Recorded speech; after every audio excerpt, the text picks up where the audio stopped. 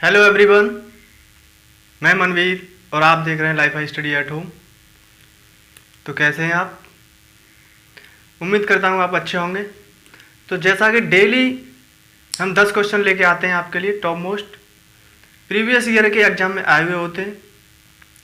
तो आज भी देखते हैं 10 क्वेश्चन, एक एक करके देखेंगे बहुत ही सिंपल मेथड से। तो देखते हैं, पहला क्वेश्चन है आपका,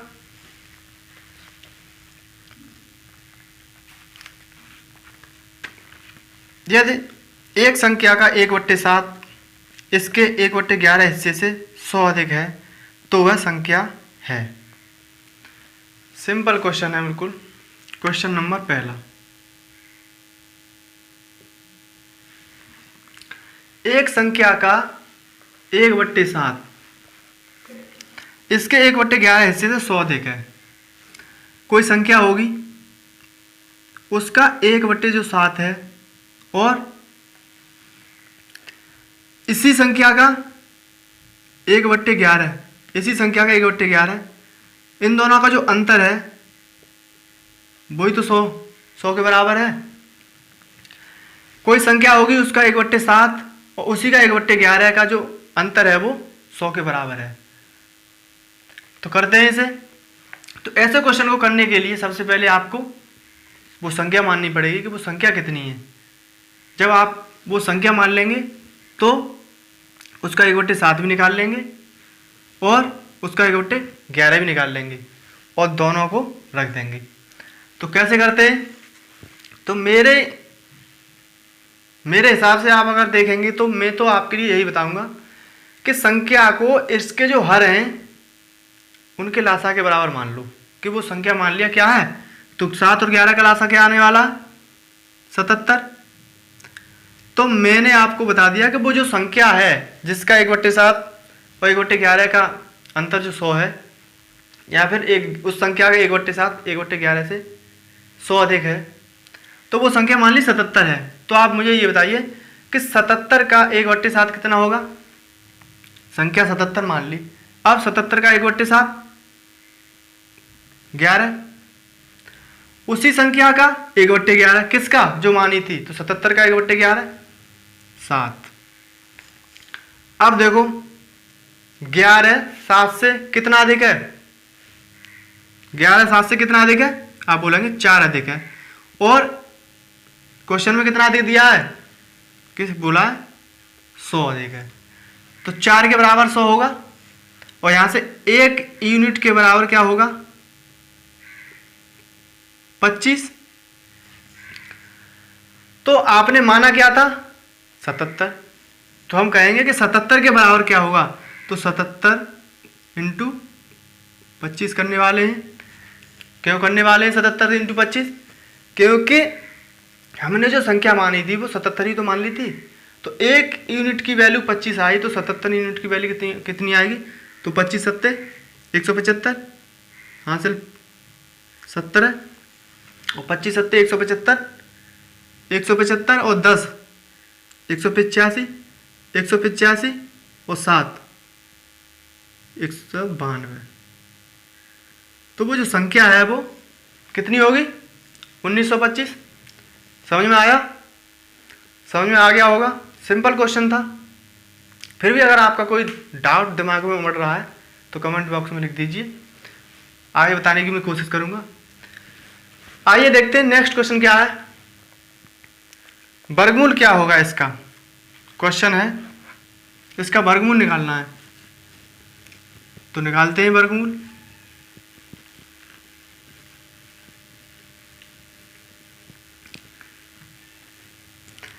कमेंट बॉक्स में अपनी एक राय जरूर दें कि क्वेश्चन कैसे हैं, अच्छे हैं। देखिए नेक्स्ट क्वेश्चन क्या कहता है।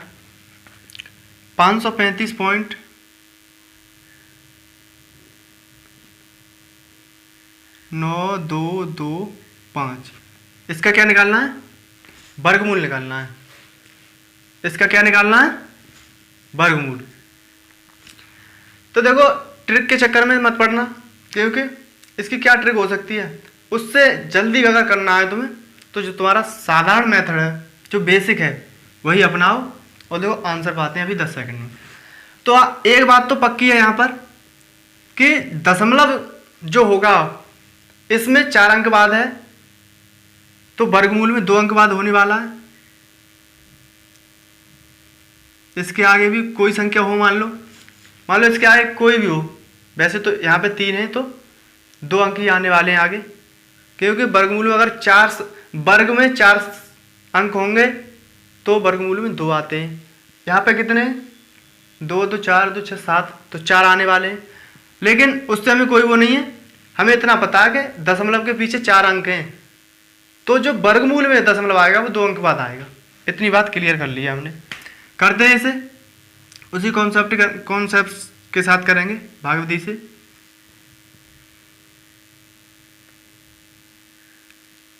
ऐसे पीछे से जोड़े बनाते हैं, 2 2 2 के जोड़े बनाएंगे। आगे रह गया केवल 5। अब कौन सी संख्या का वर्ग 5 के बराबर है, 5 से कम है, 2 लिखेंगे।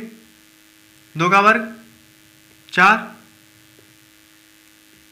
और यहाँ पर भी जो लिखते हैं वही जोड़ते हैं। 5 में से 4 घटाएंगे, कितना बचेगा, 1। जोड़े को ताल लेंगे। ये कितने हो गए, 2 और 2 4। अब 4 के पीछे कितना लगाऊं कि 135 के बराबर हो जाए या उससे कम रह जाए, तो 1 लगा लो, 3 लगा सकते हैं, 43 हो जाएंगे।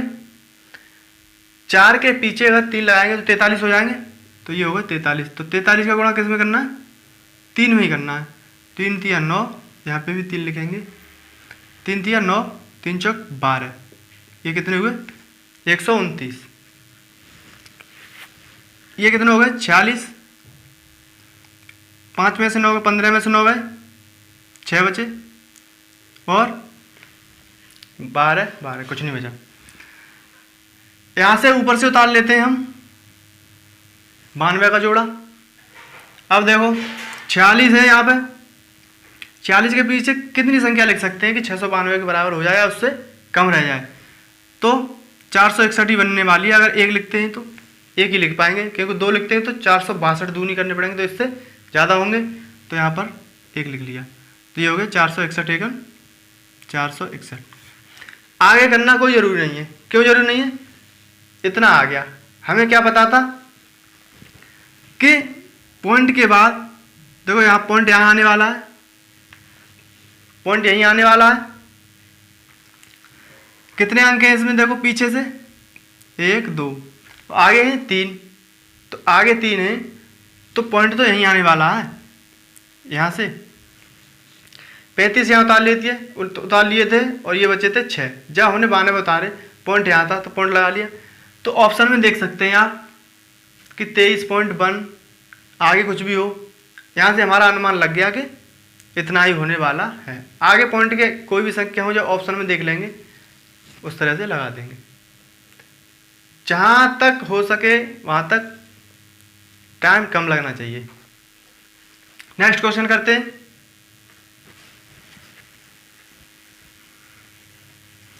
उम्मीद करता हूँ समझ में आ रहे होंगे क्वेश्चन। नेक्स्ट क्वेश्चन है, वह कौन सी सबसे छोटी संख्या है जो 4 5 6 15 और 18 से पूर्णतः विभाजित हो जाती है। 4 5 6 15 और 18, 4 5 6 15 और 18 से पूर्णतः विभाजित हो जाएगी। तो बात कही गई है सबसे छोटी संख्या की। कौन सी संख्या की, सबसे छोटी संख्या की। तो क्या करते हैं, इसका एलसीएम लेने वाले हैं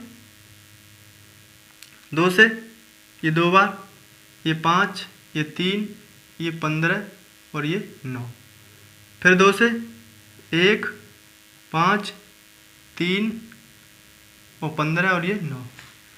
अब कितने से, 3 से, 1 5 1 और ये 5 और 1 3। अब कितने से आएगा, 3 और 5 से, ऐसे, और ये 5 से। कितना हुआ, 2 दूनी 4, 4 पंजे 20, 20 निम्मा 180। इसका एलसीएम कितना आया, 180। तो सबसे छोटी संख्या इनसे जो डिवाइड है वो तो 180 होगी, लेकिन ऑप्शन में है नहीं, तो 180 का मल्टीपल होगी, गुणज होगी। तो उसमें 9 से दिया है 3600, तो इसका 5 गुना तो हो गया 900 और 3600 हो गया 900 से बड़ा। तो 3600 और 900 में से कौन सी हो सकती है? छोटी पूछी है, 900 ही होगी। और इससे पहले मैंने जो क्वेश्चन कराए थे उसमें बताया था, जैसे ये 180 आ गया, जो एलसीएम आता है उसमें क्या करते हैं, छोटी संख्या पूछी है तो 10 का गुणा करके देख लेते हैं। तो यहाँ से क्या निकली 1800, लेकिन 1800 को ऑप्शन में नहीं है, तो 1800 का कोई विभाजित करने वाली संख्या होगी उससे छोटी या बड़ी, तो देखो 900, 1800 से छोटी क्या है 900 है, क्योंकि 900 का ये 1800 गुणज है। तो 180 में 10 का गुणा करके भी देख सकते थे आप, छोटी के लिए कैसे भी कर लीजिए, 900 आ गया। समझ में आया होगा। नेक्स्ट क्वेश्चन करते हैं।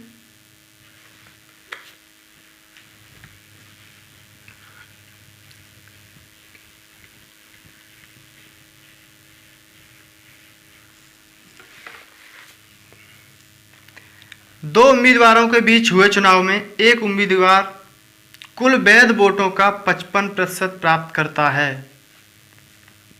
20% वोट अवैध थे। यदि वोटों की कुल संख्या 75,000 रुपये थी तो दूसरे उम्मीदवार को प्राप्त वैध वोटों की संख्या कितनी होगी? पढ़ लीजिए सही तरह से क्वेश्चन। इसमें क्या है, दो उम्मीदवार हैं, एक को 55% वोट मिल गए, एक को 45%। कुल वोट क्या होते हैं, कोई चीज़ होती है वो 100% होती है, कोई भी हो 100% होती है। बोला गया है कुल वोटों में से जो 20% वोट थे वो अवैध थे, तो 80% तो वैध होंगे, 80% वैध हुए होंगे, वैलिड।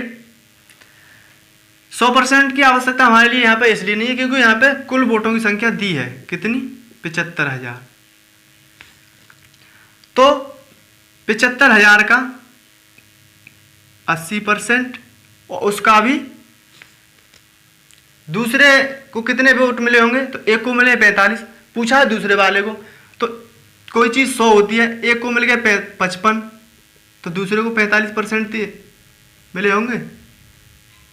अरे वोट कोई भी हो, यहाँ 100% थे, यहाँ आके फिर खुद में ये 100 हो जाते हैं, तो इसको 55 मिल गया तो इसको 45 मिले होंगे, तो इसका 45%। यहाँ से जो उत्तर निकल के आएगा वही दूसरे उम्मीदवार को वोट प्राप्त हुए होंगे। निकाल लो। 80% को हटाएंगे, 80 बट्टे 100 लिखेंगे, इसकी परसेंट हटाएंगे, इसके बट्टे 100 लिखेंगे।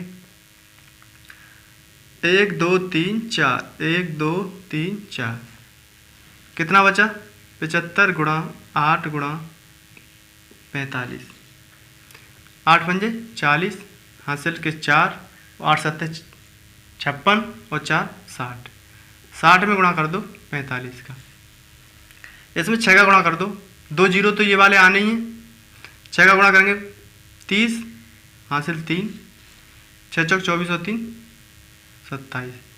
वोटों की संख्या कितनी है 27,000। कितने वोट मिलेंगे 27,000। अगर 7500 होती तो 2700 आंसर आता, तो वोटों की जो संख्या है वो कितनी है 27,000। क्लियर हुआ। कुछ नहीं किया है, कुल वोटों का 80% क्यों लगाया, क्योंकि 100% वोट थे, उसमें 20% अवैध थे, तो उसमें बोला गया कि वैध वोटों का 55% प्राप्त हुआ है पहले उम्मीदवार को, तो वैध वोटों का 45% ही तो प्राप्त हुआ होगा दूसरे वाले को। तो 75,000 वोट थे कुल, तो वैध कितने थे 75,000 का 80%, उसका भी 45% दूसरे उम्मीदवार को मिला है, तो यहाँ से निकल के आ गया 27,000। क्लियर हुआ। देखिए नेक्स्ट क्वेश्चन क्या है। सेशन अगर पसंद आ रहा है तो सेशन को लाइक कर देंगे। देखिए नेक्स्ट क्वेश्चन क्या कहता है, यदि एक्स किसी वस्तु को 5% लाभ पर वाई को बेचता है, वाई उसी वस्तु को 20% लाभ पर जेड को बेचता है, तथा जेड उसी वस्तु को 25% लाभ पर पी को बेचता है, यदि पी कुल भुगतान 2520 रुपये करता है तो x के लिए उस वस्तु का क्रय मूल्य क्या था। तो मैं इसके देखो दो तरीके बताता हूँ, आपको जो अच्छा लगे उसे करना। सक्सेसिव केस लगेगा इसमें। जैसे यदि x है, एक x है, कोई किसी वस्तु को 5% लाभ पर बाई को बेचता है, तो 5% क्या होता है, 1/20। अगर उसने x ने 20 की खरीदी होगी तो दूसरे को कितने की दी होगी, 21 की। अब बाई उसी वस्तु को 20% लाभ पर जेड को बेच देता है, तो बाई 20% है, 20% क्या होता है, 1/5। अगर बाई ने 5 की खरीदी होगी तो अगले इंसान को 6 की बेच दी होगी, तथा जेड उसी वस्तु को 25% लाभ पर पी को बेचता है। अब जेड क्या करता है, 25% लाभ पर। 25% क्या होता है, 1/4। यानी अगर जेड को 4 की मिली होगी तो इसने पी को कितने की दी होगी, 5 की। सक्सेसिव केस बन गया। देखो इन सब का गुणा कर लो, और ये जो है वैल्यू वो पहली कंडीशन की वैल्यू है, और ये वैल्यू क्या है, पी की वैल्यू है, पी को जो प्राप्त हुआ लास्ट में। तो इन सब का गुणनफल 5 से 5 काट सकते हैं हम, 2 से ये 2 बार और 2 से ये 3 बार। ये हो गया 40, ये हो गया 63। अगर एक्स ने 40 रुपए की खरीदी थी तो पी को जो प्राप्त हुई वो 63 रुपए की प्राप्त हुई। तो 63 किसके बराबर है, ये पी का अमाउंट है, और वहां पे उसे कितने रुपए चुकाने पड़े थे, 2520। तो 63 बराबर 2520, और 1 यूनिट की वैल्यू यहां से निकालेंगे तो 2520/63। पूछा किसका है, तो x के लिए उस वस्तु का क्रय मूल्य क्या था। x क्या है यहाँ पे, 40, तो इसमें 40 का गुणा कर देंगे। काट के देख लो, ये 6 चौक 240, 3 चौक 12, 4 बार कट रहा है, कितनी बार, 4 बार। तो ये 40, ये 63 से ये 4 बार कट गया, 40 हो गया, और 40 और है। यहाँ से जो उत्तर आने वाला है वो कितना आएगा, 1600। तो ए ने जो कीमत चुकाई होगी वो कितनी चुकाई होगी, 1600 रुपये। अच्छा, अगर ऐसे समझ में नहीं आ रहा तो दूसरा देखो, दूसरे तरीके से देख सकते हैं। दूसरा तरीका क्या है इसका, देखते हैं। दूसरा तरीका देखो, यदि x किसी वस्तु को 5% लाभ पर बाई को बेचता है,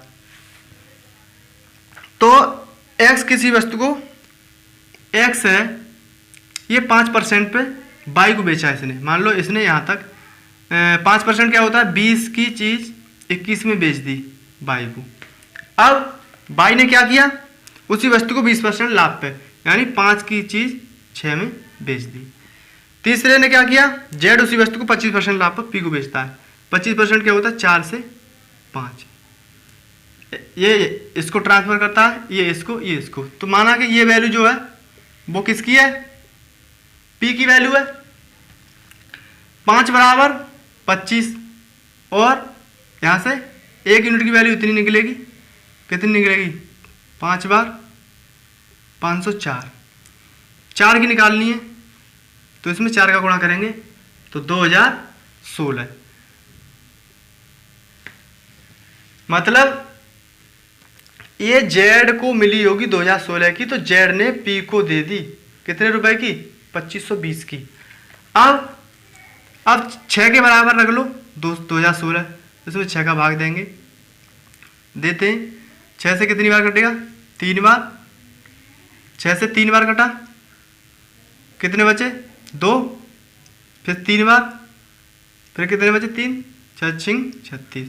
5 का गुणा कर दो इसमें, 30, 15 3 18, 5 15 और 1 16। अब देखो, ये तो था एक्स ने बाई को बेचा था इतने लाभ पर, 20 की चीज 21 में। बाई ने 1680 रुपए की खरीदी, तो उसने फिर उसे कितने में बेच दिया, 2016 में। कितने में बेचा होगा, 2016 में। इसने 2016 की खरीदी तो 2520 की बेच दी। अब देखो 21 के बराबर ये फिर रखते हैं, 21 का इसमें भाग दो, 21 बराबर 1680। 1 की वैल्यू इतनी, 20 की वैल्यू, 21 से कितनी बार कटेगा ये, 21 अट्ठे 80 बार, 80 गुणा 20 करेंगे, 80 गुणा 20 तो आएगा 1600। तो वो वहीं पे लौट के आ गए। इसने अगर 1600 की खरीदी तो 1680 की बेच दी, 80 रुपये का लाभ लिया इसने। इसने 1680 की खरीद के 2016 की बेच दी, इसने 2016 की खरीद के 2520 की बेच दी। कैसे भी कर लो, यहाँ से आप अलग अलग अमाउंट, अगर क्वेश्चन में पूछता अलग अलग कि भाई ने कितने में खरीदी और कितने में बेची, तो वो भी निकाल सकते थे। ऐसे भी कर सकते हैं आप। उम्मीद करता हूँ समझ में आया होगा। देखिए नेक्स्ट क्वेश्चन देखते हैं।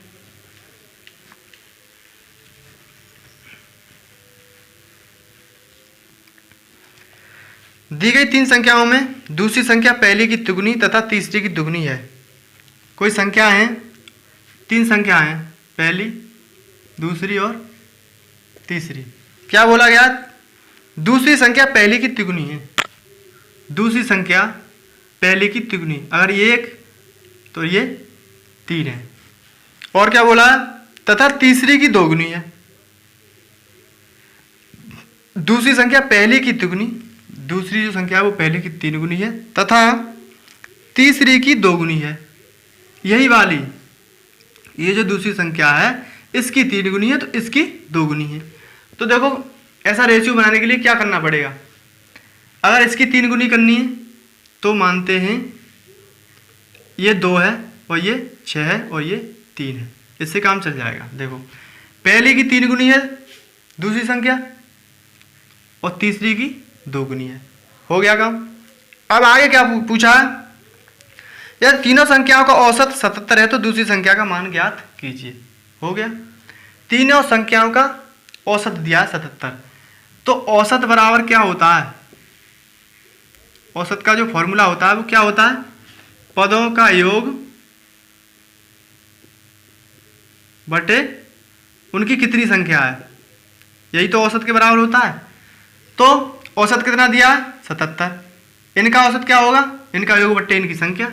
तो 6 और 2 8 और 3 11, 11 बट्टे 3 संख्याएं ये टोटल, इतना ही तो होगा। तो यहाँ से 11 से ये 7 बार, 1 यूनिट की जो वैल्यू निकलेगी वो कितनी निकलेगी? 21। यहाँ से 1 यूनिट की वैल्यू कितनी निकली? 21। पूछा क्या है? दूसरी संख्या क्या है? दूसरे की यूनिट में यहाँ रेशियो में वैल्यू कितनी है? 6। 21 सिक्के, दूसरी संख्या निकल के आ गई। क्लियर हुआ? लाइक में कंजूसी ना करें। सेशन अच्छा लग रहा है तो प्लीज़ लाइक कर दीजिए और एक शेयर भी कर दीजिए। अब देखिए आगे 126 हो गया इसका। नेक्स्ट क्वेश्चन देखते हैं। 6 कलम और 14 पुस्तकों की लागत 162 रुपये है। इसे रफ करते हैं।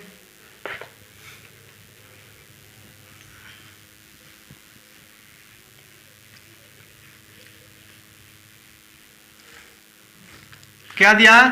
6 कलम और 14 पुस्तकों की लागत। तो 6 पेन हैं और 14 बुक हैं, उनकी लागत कितनी दी है? 162। 6 पेन और 14 पुस्तकों की लागत 162 रुपये है। 5 कलम और 8 पुस्तकों की लागत 102 रुपये है। 5 कलम हैं यानी 5 पेन हैं और पुस्तक कितनी? 8 पुस्तकों की लागत 102। 8 बुक हैं, उनकी जो लागत है वो कितनी है? 102 रुपये। 1 कलम और 1 पुस्तक की लागत का अनुपात क्या है? पूछा क्या है? 1 कलम और 1 पुस्तक की लागत कितनी है? तो देखो इसे थोड़ा सा सरल कर सकते हैं 2 कॉमन लेके। अगर इसमें से 2 कॉमन बाहर लेते हैं तो क्या बचेगा? 3p + 7v बराबर 162 और यहाँ से 3p + 7b बराबर 2 का भाग दे देंगे, इतना ही आएगा। 2 अट्ठे 16, 2 एकम 2। इससे हमें कोई मतलब नहीं। देखो 2 इक्वेशन बन गई। यहाँ से p और b की वैल्यू निकाल लो, उनका रेशियो निकाल लेना। तो समीकरण सॉल्व करने के लिए सबसे पहले इनको हमें समान करना होता है। तो जैसे कि हम p को काटना चाहें, किसको काटना चाहें? p को, तो क्या करेंगे? p दोनों जगह समान होना चाहिए। तो समान करने के लिए इस पूरे इक्वेशन में क्या कर दें, हम 5 का गुणा कर दें, इसमें 3 का गुणा कर दें। उससे क्या होगा, ये 15 हो जाएगा, ये भी 15 हो जाएगा, औरों से हमें कोई वो नहीं है। ये बराबर करना है, क्यों करना है, क्योंकि कट जाए। तो 5 का गुणा करेंगे तो क्या होगा, 15p प्लस 35b बराबर 5, और ये इतना। 3 का गुणा करेंगे तो ये 15p प्लस 24b बराबर 306। अब देखो घटाने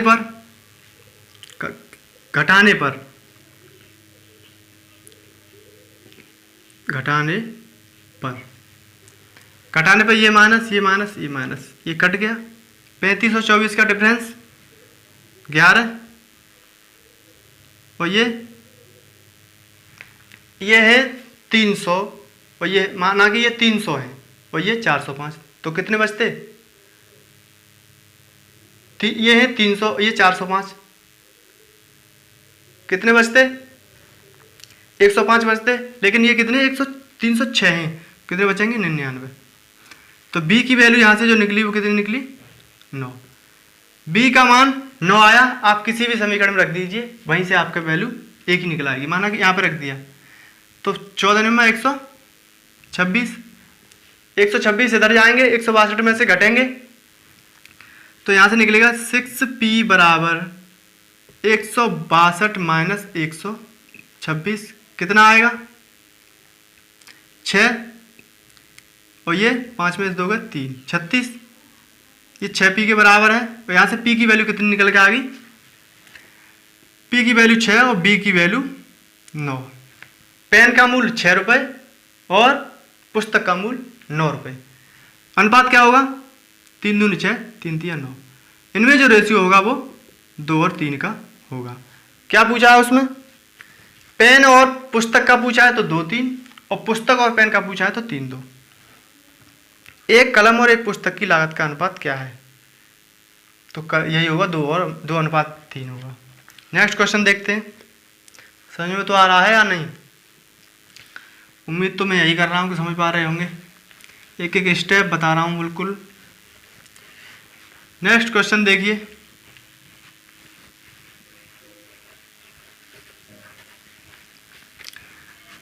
देखो क्वेश्चन,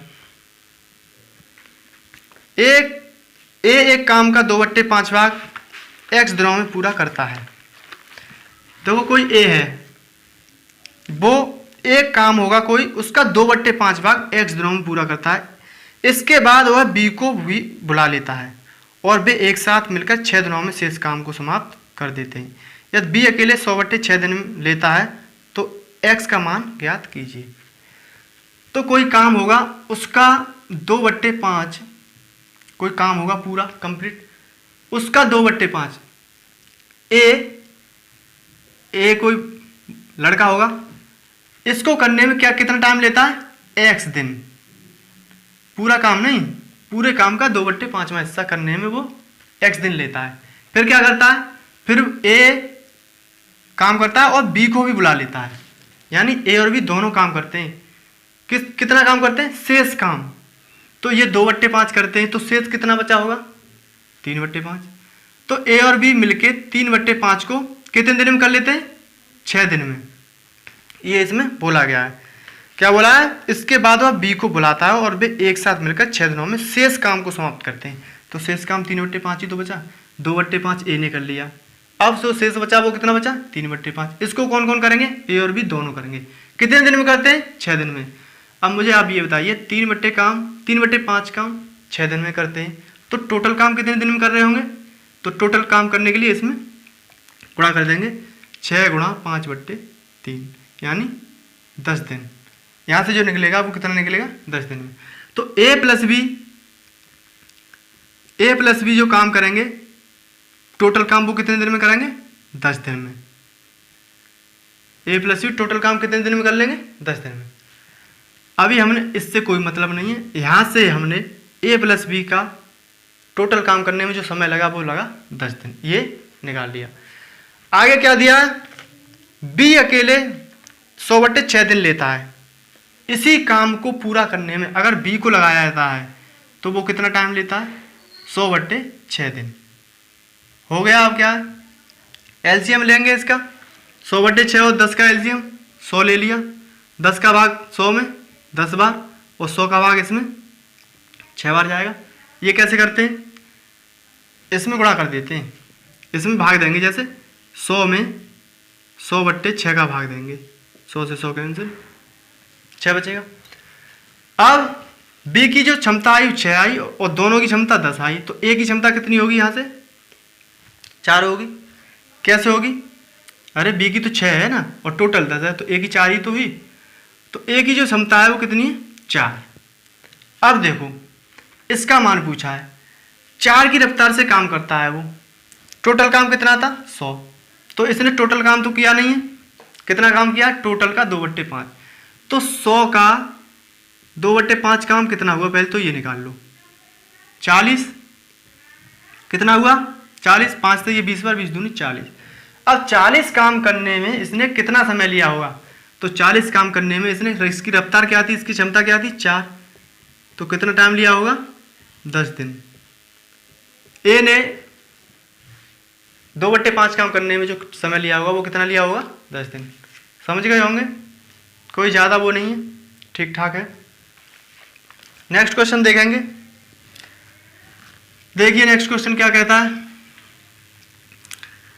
सेशन को लाइक कर देंगे और अगर आप हमारे चैनल पर नए हैं तो जो रेड कलर में लिखा हुआ है नीचे देखो सब्सक्राइब, उसे भी दबा देंगे।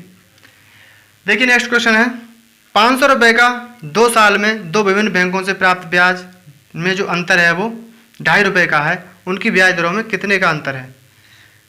तो देखो कुछ नहीं है इसमें, तो सिंपल है बिल्कुल, बहुत ही ज़्यादा आसान वाला तरीका लगाना है तो सिंपल लगा लो। मान लो एक बैंक होगी, ये फर्स्ट है, और दूसरी बैंक होगी, इसकी जो रेट होगी वो R1, इसकी रेट होगी R2। तो कर लेते हैं। ब्याज का फॉर्मूला क्या होता है, साधारण ब्याज की बात हो रही है यहाँ पे, जब लिखा नहीं चक्रवृद्धि, तो मूलधन गुणा दर गुणा समय बट्टे 100। तो निकालते हैं, मूलधन हम क्या होता है 100 मान के चलते हैं, मूलधन गुणा दर गुणा समय, समय क्या है 2 साल है, मूलधन भी दिया है 500 रुपये, मूलधन कितना दिया है 500, मूलधन गुणा दर गुणा समय बटे 100, माइनस दूसरी बैंक के लिए क्या होगा, मूलधन गुणा दर गुणा समय बट्टे 100, ये किसके बराबर होगा 2.5। यहाँ से क्या निकलेगा, 2 जीरो से ये काट दो, कॉमन क्या आएगा 10, R1 माइनस R2 बराबर 2.5। क्या कर दिया, कुछ नहीं किया है, 5 दूनी 10, 5 दूनी 10, 10 ले लिया बाहर, क्या बचा R1 यहाँ बचा, R2 यहाँ बचा, बीच में माइनस था, तो 10 कॉमन लेके R1 माइनस R2, यहाँ से 10 उधर जाएंगे तो इनका जो डिफरेंस आएगा R1 माइनस R2 बराबर 10 का 0.25। पूछा क्या था क्वेश्चन में, उनकी ब्याज दरों में कितने का अंतर है। तो देखो ये पहली बैंक का ब्याज है, ये दूसरी का है, तो इनमें जो अंतर है वो कितना है 0.25%। ब्याज को परसेंट में ही तो लिखते हैं, तो 0.25% का उनकी ब्याज दरों में अंतर है, कुछ नहीं है। साधारण ब्याज वाला मैंने फॉर्मूला लगाया, पहली बैंक से जो ब्याज मिली होगी दूसरी बैंक से जो ब्याज मिली होगी उन दोनों का अंतर दिया था 2.5 रुपये, प्राप्त ब्याज में अंतर 2.5 रुपये दिया था, दोनों बैंकों से प्राप्त ब्याज में जो अंतर था वो क्या था 2.5 रुपये था। यहाँ से इसकी जो रेट थी R1%, इसकी R2% थी, निकाल लिया R1 माइनस R2 0.25%। समझ गए, समझ गए। नेक्स्ट क्वेश्चन देख लीजिए,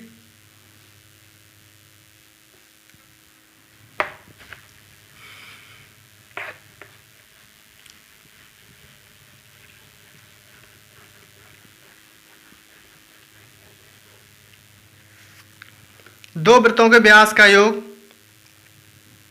35 मीटर तथा उनके परिधि का अंतर 22 मीटर है, तो छोटे वृत्त का क्षेत्रफल कितना है। दो वृत्तों के व्यासों का योग, दो वृत्त होंगे, वृत्त ऐसे ही तो होते हैं, कोई बड़ा होगा कोई छोटा होगा, तो उनके जैसे इसका व्यास ये है और बड़े का व्यास पूरा होगा, इनके व्यासों का जो योग है वो कितना दिया है 35 मीटर। ये तो है व्यासों का योग। उनके परिधि का अंतर, परिधि क्या होती है, ये परिधि होगी इसकी और इसकी परिधि होगी बड़े वाले की, उसका अंतर कितना दिया 22 मीटर। छोटे वृत्त का क्षेत्रफल ज्ञात कीजिए। छोटे वृत्त का क्षेत्रफल, इस वाले का एरिया क्या है, तो एरिया का फॉर्मूला क्या होता है पाई आर स्क्वायर। अगर बड़े वाले को मानते हो आप, मान लो इसकी त्रिज्या होगी R2, छोटे की त्रिज्या मान ली हमने R1, त्रिज्या किसकी ज़्यादा होगी बड़े वाले की। तो क्षेत्रफल निकालने के लिए हमें पहले उसकी त्रिज्या मालूम करनी होगी। क्या मालूम करनी होगी त्रिज्या। तो देखो त्रिज्या निकालने के लिए दिया क्या है, अच्छा परिधि बराबर क्या होता है, इनकी परिधियों में अंतर दिया है, तो माना बड़े वाले की परिधि क्या होगी 2 पाई R1, इसकी हमने यहाँ से लेके यहाँ तक की जो पूरी है ये R1 मानी, और छोटे वाले की मान ली हमने R2, तो 2 पाई R1 माइनस 2 पाई R2 बराबर कितना दिया है 22।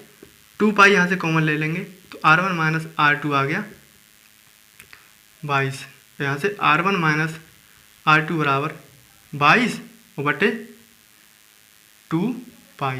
अगर पाई का मान रखेंगे, पाई का मान क्या होता है 22 और 7 पहुँच जाएंगे ऊपर, तो 22 से 22 कट गए। यहाँ से R1 माइनस R2 की जो वैल्यू निकली वो कितनी निकली 7/2। यहाँ तक समझ में आया। कुछ नहीं किया, क्वेश्चन में बोला गया है इनकी परिधि में जो अंतर है वो 22 मीटर का है, तो परिधि का डिफरेंस इसकी परिधि माइनस इसकी परिधि, ये परिधि बड़े वाले की है क्योंकि बड़े में से छोटा घटाएंगे तभी तो निकलेगा। इसकी परिधि का अंतर माइनस छोटे वाले की परिधि का अंतर आ गया। इनकी जो त्रिज्या है ये बड़े की है और ये छोटे की है, उनमें अंतर कितना है 7/2 का, यानी 3.5 मीटर का अंतर है। और क्या बोला है, इनके जो व्यासों में व्यासों का योग दिया है, व्यासों का योग। व्यास क्या होता है, अगर R और R जोड़ते हैं, मान लो छोटा है ये, इसकी त्रिज्या ये है और ये भी त्रिज्या है इधर, तो ये पूरा व्यास हो गया, तो 2R नहीं हो गया, R और R जोड़ दें तो ये 2R निकला, ये क्या है व्यास। करते हैं, व्यासों का योग कितना दिया है 35 मीटर, तो दोनों के व्यासों को जोड़ लेंगे। तो पहले का व्यास क्या होगा 2R1, दूसरे का व्यास कितना होगा 2R2, वो कितने के बराबर है 35 मीटर। 2 कॉमन ले लेंगे, R1 प्लस R2 बराबर यहाँ से कितना निकलेगा 35, R1 प्लस R2 बराबर 35/2। यहाँ तो हो गया। R1 माइनस R2 की वैल्यू हमारे पास है, R1 प्लस R2 की वैल्यू हमारे पास है। क्या हम यहाँ से R अलग और R1 और R2 अलग अलग निकाल सकते हैं, लेकिन हमें R1 की आवश्यकता नहीं, हमें केवल R2 की आवश्यकता है। क्यों, क्योंकि R2 का ही तो निकालना है, छोटे वाले वृत्त का ही तो क्षेत्रफल निकालना है। तो यहाँ पर करते हैं, देखिए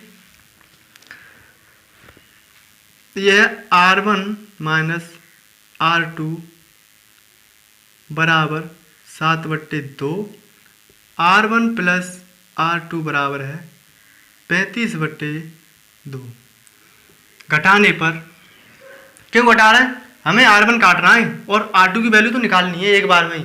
वैसे आप निकालना चाहें R1 की अलग निकाल लें, R2 की अलग निकाल लें, लेकिन नहीं, हमें R1 काटना है। R1 काटने के लिए क्या करेंगे, इसको माइनस, ये भी माइनस, ये भी माइनस, ये कैंसिल, ये माइनस माइनस के जुड़ गए, माइनस के 2R2 बराबर, और ये कितना था, ये था 3.5, ये था 3.5, और ये कितना था माइनस का 70.5 है, तो माइनस का कितना बचेगा 14, माइनस से माइनस कैंसिल, R2 यहाँ से निकला 7, R2 की वैल्यू कितनी निकला है 7, और हमें पता है किसी की भी त्रिज्या अगर 7 होगी तो उसका क्षेत्रफल कितना होता है 154।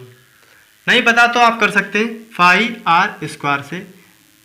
R2 कितना आया, पाई का मान 22/7, R2 का मान आया 7 × 7, 22 × 7 154।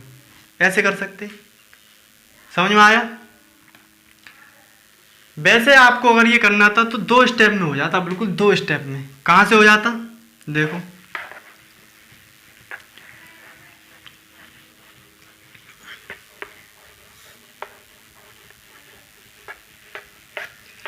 इतना लिखने की जरूरत नहीं थी। हम क्या करते, उनकी परिधि में अंतर दिया है 22, तो हम जानते हैं यहाँ से 2 पाई कॉमन ले लेंगे, R1 माइनस R2 बराबर 22। यहाँ से R1 माइनस R2 कितना आता, 7/2। ये स्टेप काट के लिखते। फिर बोला है उनके व्यासों का योग कितना दिया है, 35 मीटर। तो 2 इंटू R1 प्लस R2 लिखते, वो किसके बराबर लिखते, 35 के। यहाँ से R1 प्लस R2 कितना आ जाता, 35/2। ये 2 इक्वेशन बनती, केवल 2 इक्वेशन बनती। R2 की वैल्यू निकाल लेते घटा के। समझ गए? तो आज के लिए इतना ही, फिर मिलते हैं नेक्स्ट वीडियो में। कमेंट बॉक्स में आप अपनी राय जरूर देना, वीडियो कैसी लगी। अगर आपके दिमाग में कोई सवाल जवाब उमड़ रहा है तो उसको भी बता देना। तो फिर मिलते हैं, आज के लिए इतना ही। Thank you. सब्सक्राइब कर देना चैनल पर, अगर आप नए हों तो चैनल को सब्सक्राइब कर देना। बहुत गर्मी है। Thank you.